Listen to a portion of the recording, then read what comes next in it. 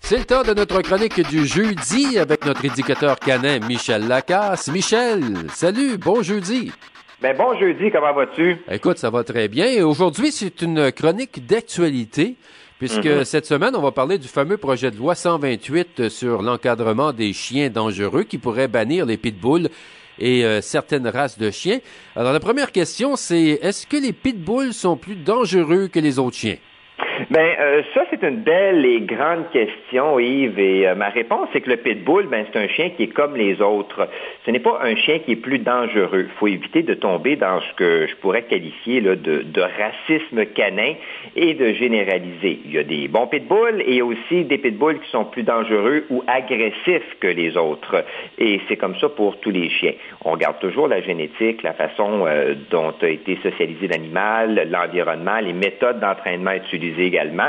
Et d'ailleurs, il est impossible que tous les chiens d'une même race, même si le pitbull, là, c'est pas une race, alors il est impossible que tous les chiens d'une même race partagent, si tu veux, les mêmes caractéristiques biologiques et se comportent de la même façon. Donc, de dire que tous les pitbulls sont dangereux, c'est d'apposer une étiquette. Et avec tout ce qu'on sait sur le comportement canin en 2018, on ne peut pas faire ça. Et il n'y a d'ailleurs pas d'études scientifiques complètes qui démontrent que le pitbull est un chien plus agressif que les autres. Alors, on ne peut pas dire n'importe quoi, finalement. Et donc, je peux comprendre que tu n'es pas en faveur, vraiment, là, du bannissement des pitbulls et d'aucune race de chiens.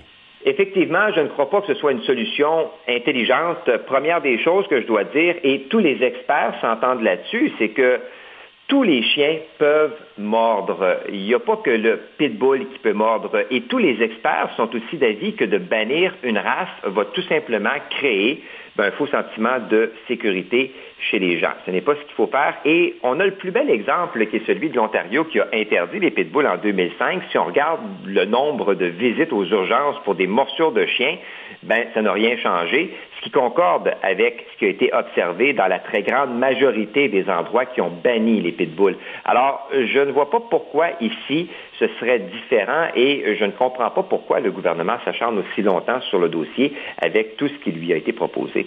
Mais il y a quand même eu la mort d'une femme là, en 2016 à la suite d'une attaque d'un pitbull. Toi, qu'est-ce que tu proposes comme solution?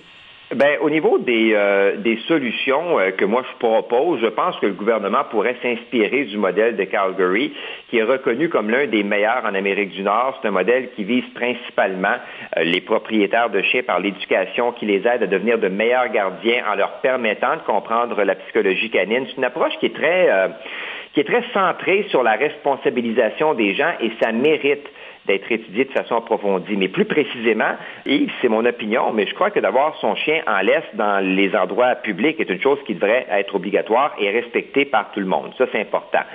J'aimerais aussi voir des ateliers de prévention de morsures organisés au Québec et par les municipalités. L'été, là, je vois toutes sortes d'activités au programme des villes, mais jamais rien sur le comportement canin.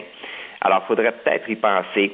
Aussi, sur ma liste, une plus grande responsabilisation des propriétaires de chiens qui ont des problèmes de comportement. Il y a encore trop de gens qui ont des chiens agressifs et qui ne vont pas consulter. Alors, ça ne devrait même pas être une option lorsque c'est le cas. Il y a des éducateurs canins qui sont là pour aider, puis il y a aussi, évidemment, des vétérinaires. Et parmi les autres solutions, un meilleur encadrement des éleveurs de chiens et de ceux qui en font la reproduction. Et on pourrait aussi développer des programmes d'éducation pour le grand public, incluant les enfants, pour leur enseigner les bases du comportement canin, les façons de reconnaître les signes d'agressivité et de réagir devant un chien agressif. Un programme un petit peu plus poussé là, que celui sur la prévention des morsures.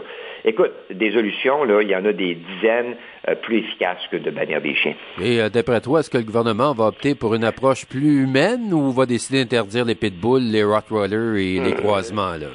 Je vais te dire que le gouvernement serait stupide d'y aller avec l'option de bannir les pitbulls et les rottweilers parce qu'ils sont aussi sur la liste. Ce serait d'aller contre la science, contre les vétérinaires, les spécialistes qui sont prononcés sur la question ou qui vont le faire.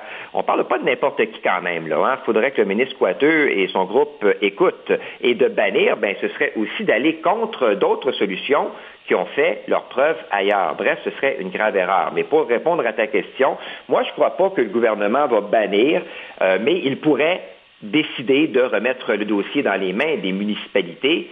Et si jamais c'est ce qui arrive, je pense qu'on n'est vraiment pas sorti du bois.